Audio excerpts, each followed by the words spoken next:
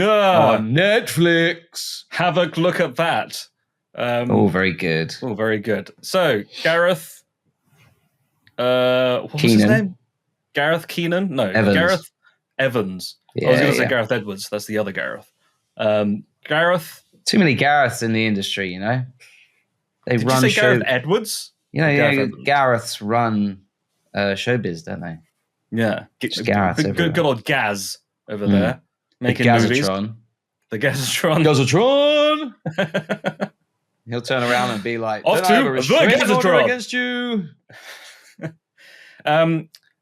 I would love to tell you what this movie's about, but I'm going to be honest with you. I kind of didn't really know what was going on half the time. Yeah, the script is a bit of a mess. I could try and sum it up. You know what? I think that there is definitely a through line that was very easy to follow.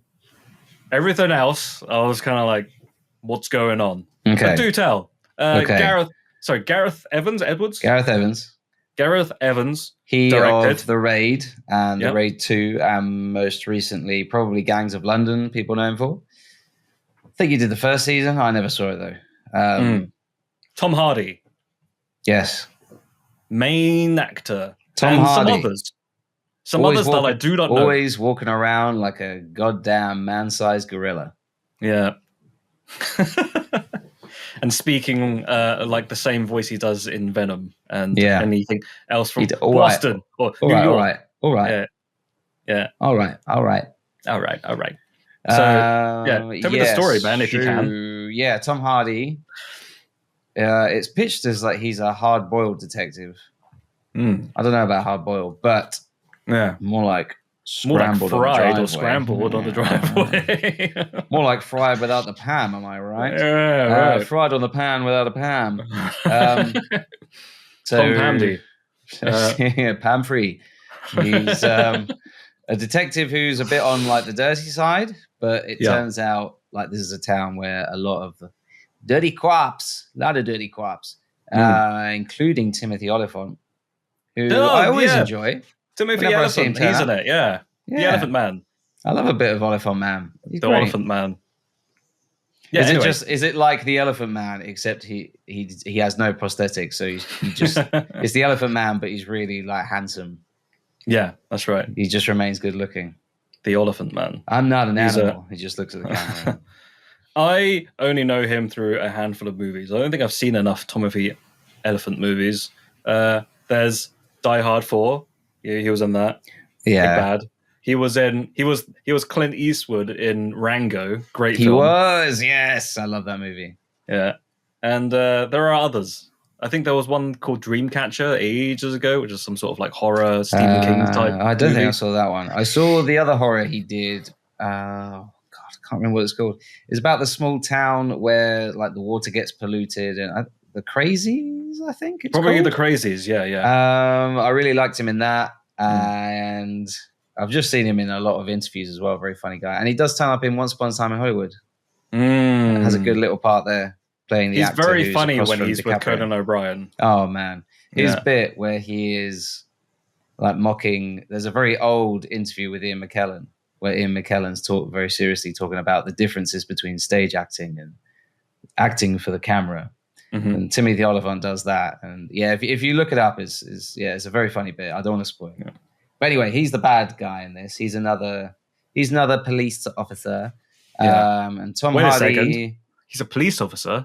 How can he be a bad guy? Yeah. So don't the police have everyone's best interests at heart? Boom, boom, boom.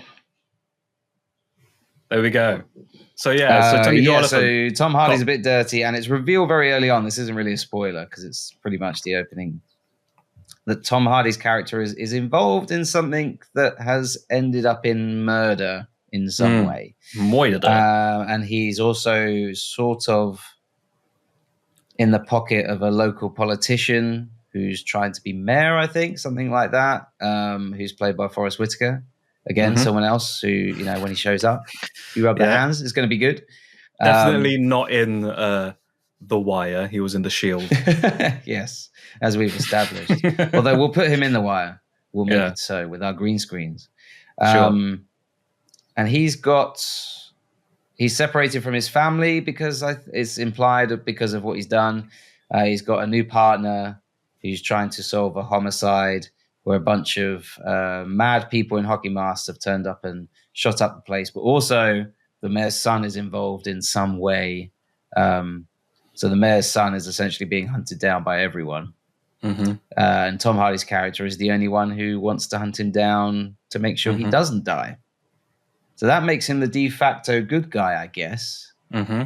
But he's doing it with an ulterior motive because he doesn't want to see the mayor again, so he makes a deal with him, right? It's a strange Something deal, like though, that. because he says, like, we're all square, I'm not doing anything for you. And literally 5 seconds later, he says something like, well, if I do this for you, we're all square. So, well, but I'll just do one more way to thing. back down. Okay, I'll do one more thing. And Forrest Whitaker's like, can you just do a little more? Can you get me some ice cream? Okay, but after these 2 scoops, we're square. We're done.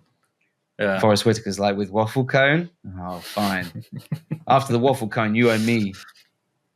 Crash cuts to him like trying to make ice cream on Crash the cuts car. to him like cycling on a like a teenager's bike, like trying to hold this cone with like 5 or 6 scoops on. Yeah. Gotta get him to the mayor. Yeah. He's doing his plate spinning act. Yeah, but with ice cream. With ice cream. Yeah. So although it would be with potato, wouldn't it? Do you know that one? No. The ice cream on screen, obviously because of the lights. It's potato. It would melt. And I think I read somewhere that it's scoops of potato. So every time you see someone in an ice cream advert go like, delicious, Haagen-Dazs. Yeah. Just, give them a little bit of your mercy because. Imagine like licking ice cream and every time it just tastes like potato salad. Like awful. Yeah. Although, if you have it with a bit of salad. Although I suppose you could have in the advert where they pour chocolate sauce over the ice cream, it's actually pouring gravy over the potato. There you go. And instead of a 99 flake, because the lights will melt it, it's just a sausage. That would smell so bad. Oh, like in the sun. That would be excellent. And instead of sprinkles, you put some peas. You got a sausage mash and peas. Sorted. We're straying away from the review here. Anyway, so after he gets the ice cream for the mayor, and I think that's the story. I would say it's almost like the film doesn't quite know what it wants to be because there's a lot of stuff where looking at the first 20 minutes, I almost think it's like a cross between Kung Fury and there's another Netflix show produced by the Sci-Fi Channel, I think it was, called Happy. Did you ever see Happy? I've heard of it. Yeah, it's got the imaginary little horse. Yeah, the imaginary horse played by Patton Oswalt. Really great show. Okay. Really over the top violent, but it's aware of what it is. It's aware that it's being hyper violent and hyper real. Whereas this, it's almost like in the nighttime, it wants to look almost cartoonish. I don't know if you agree with the car chases and things. And then daytime, it's suddenly realistic. Well, it was just kind of like, it felt very green screened and CGI'd. Yeah. And I'm just thinking, I couldn't tell what was going on half the time. I don't know about you, but maybe I was watching it a bit too close to the screen, but some of it just looked very, very digital. And there was just so much film grain. Did you notice the film grain? Yes. Like some sort of weird digital film grain going on. And again, in the same way that it's almost like 2 different stories, because the fight scenes I thought were really well directed. And even though there was loads of complex information being thrown at me at once, I understood where everyone was and what the situation was and what could happen next. And whereas the car chases, especially the first 10 minutes, I thought, oh, am I actually gonna? I'm not going to enjoy this movie, am I? I was kind of tuned out a little bit because I thought I like a good car chase, but this one just seems very off. I don't really know what's going on here. But let's face it, if you put an a trailer out for a movie that's saying the director of The Raid, you're going in expecting action scenes and not really going for the story. Having said that, story's a bit naff. The script is all over the place, even with the thematical aspect, because there's a lot of stuff about family. Mm-hmm. Forrest Whitaker's character, the mayor, having to look after his son, and There's some stuff with, I don't want to say too much, but there's a husband and wife aspect going on, that the guy in the hospital. Do you know what I mean? Yeah. There's a lot of stuff going on there. And the film sets up that Tom Hardy's character is separated. I keep calling Tom Hardy's character. They gave him the most generic name in the world, Walker. Yeah. So Harvey Walker, HAVOC. Hey, my name's Harvey HAVOC. I heard you got a case for me. Heard you got a case. I'll do it real good. But just this one time. Just this one time. Then we'll square, okay? No more falsifying the records. I think go on. that's as much as you can say without spoiling it, but is there really much to spoil? Because really... Well, no, because it sets up that Walker is separated from his family. And you think with all the other family stuff going on, it's almost like the film goes against the easy telegraph. It almost telegraphs you early on, oh, okay, there's going to be some more family stuff at the end. And there really isn't. It sets up this idea that he's desperate to see his daughter again. There's a lot of struggle with that because his estranged wife doesn't really trust him and doesn't really want to be involved with him anymore after what he did. Mm-hmm. And you know, there's a scene early on where he's trying to buy Christmas gifts for his daughter, but it's so close to Christmas that all he can get is, you know, some cheap tap, really, in a little plastic bag. Yeah. And it sets up this idea and then just sort of jettisons it out the window. It's almost like I got the feeling that the script could have just done with being stripped down and then built up again. Where they can actually decide, okay, what actually works from this. But like you say, a lot of people will go to watch it because it's Gareth Evans, and they'll go for the fight scenes. The fight scenes are good enough. The end sequence for me is very good, where they have the big gunfight right at the end.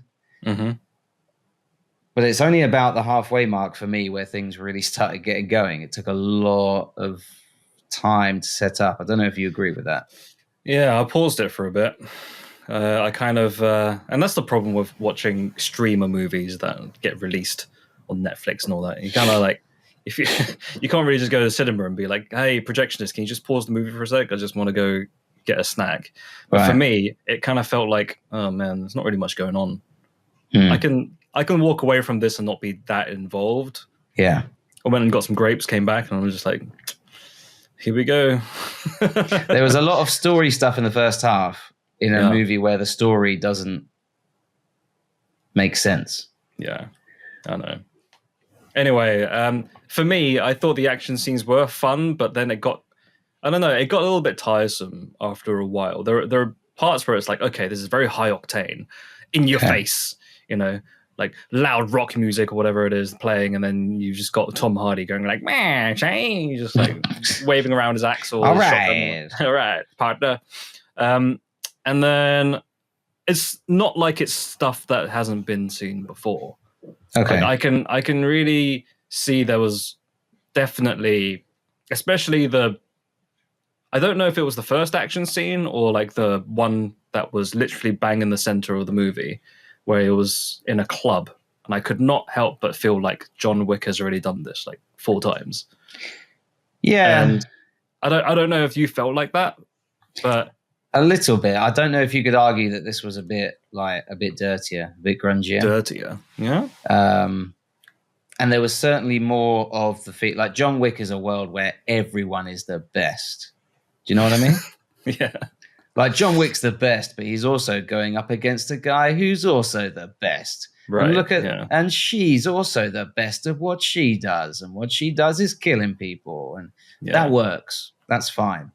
Whereas this, I actually kind of liked the main instigator of the whole plot, which was the mum of the son that had things happen to him. Yeah, don't want to spoil. Mm-hmm. I like that she has got it completely wrong, because that sort of almost ties into some of the fight scenes where it doesn't look like a dance. Okay, it might have been choreographed like one, but there's a lot of characters making mistakes and characters tripping or characters not seeing that thing coming, whereas in John Wick they would have. Right. Do you see what I mean? it's experts versus experts, whereas this one was everyone's a bit scrappy. Yeah, everyone's a bit scrappy. They've got unlimited bullets, but they don't quite know what to do with them. Did you notice that every bullet sounded like a rocket? Like, oh my goodness! Yeah, very loud. Yeah, bang, bang, bang. And then he picks up a gun 10 times the size, and it's the same effect. Bang, bang, bang. Yeah. No one reloads. no one reloads. I think I saw Tom Hardy reload once. Yeah. Anyway, I'll be honest with you. Because it's that sort of movie. That's not a critique. That's us trying to communicate what sort of film it is. I think I probably had higher expectations because I really did enjoy the first Raid, if you've ever seen it. I thought that was a great movie. And the second, yeah. And the second one, yeah. But then I watched this one and I kind of was expecting more of the same. And it kind of was, but also not really. Like, ironically, the director is an English-speaking director.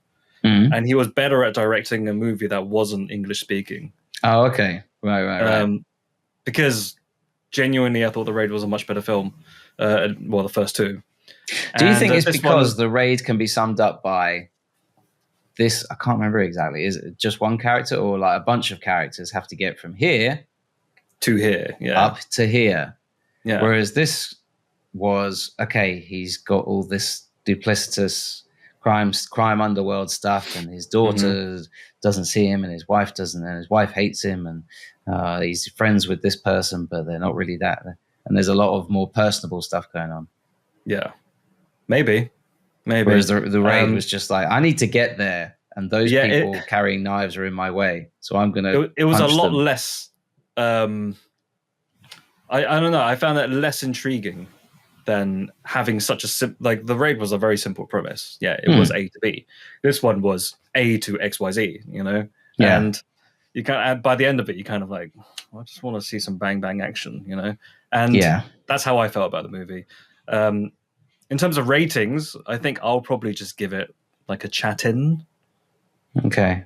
Don't know about you, but I think the story didn't intrigue me enough, and the action wasn't. I mean, like I said, I felt like it was quite derivative of many other action movies that we've seen in recent years. There were moments, you know how I said before, there was a movie we reviewed before where it was like, there wasn't really a talking moment where like something happens. Yeah. They do have this in this movie. There were moments where I was like, oh, they did that thing, and that's stuck in my brain. Gotta love a bit of spearfishing. Yeah. Yeah, that's exactly the moment that I'm talking about. But yeah, what about you? What's your rating? Yeah, I think because it almost feels like a missed opportunity. There was some good stuff. I liked the chemistry between Tom Hardy's character and I can't remember her name now. His new partner. Yeah, I liked their back and forth. It felt quite natural, and it wasn't just cookie cutter detective dialogue. Yeah, but yeah, I think it can be summed up by the people in hockey masks come into a room to do some business. Yeah. And then it cuts away to Tom Hardy sitting in his car. Yeah. And they have a scene about something to do with his daughter. Yeah. And it's like, oh, I was quite looking forward to that fight scene there, but I guess we're not going to see that. What did you think of Timothy Olyphant? I felt like it was kind of a bit play by numbers. They didn't really have much to do. I think like a few instances he does well with what he's given. A bit like Forrest Whitaker. Forrest Whitaker isn't given much. Yeah. But he does well. Those are two actors who you could drop them in. And as long as the casting isn't too insane, they'll do a good job. And if you give them okay material, they'll make it good. Yeah. And if you give them good material, they'll make it great, and so on. Yeah. I felt like there were some characters who were given a lot more screen time and who were just a lot less interesting for me. And also the performances weren't great. I don't know about you, but the mother in question, you know, the one that was the mother of the son who did some things, you know. Yeah. I don't know about you, but I thought she was pretty bad. Did you? Okay. But I actually understand the language that's been spoken in this movie. So a lot of them are speaking Cantonese. Okay. So Hong Kong Chinese, right? The way that she delivered her lines was very kind of... There was a moment where I was just like, wow, this is very cheesy. But I don't know if it was because I understood the language and you have that disconnect where... Do you think that's what they were going for? A bit of cheese? Maybe. It could have been a bit of cheese, but it didn't... Don't know. That wasn't the way it was marketed, so I don't know. Yeah, the problem is if you're going to go for cheese... Like I said, I compared it before to Kung Fury. Kung Fury is not the best film. Yeah. But it knows it and it's having fun. Yeah. Even if some of the humor's dated a bit.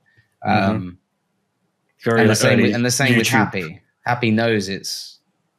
Yeah. Happy knows what it is, whereas HAVOC, I don't think it knows what it is. So I think in terms of rating, I'll probably just give it a chatty.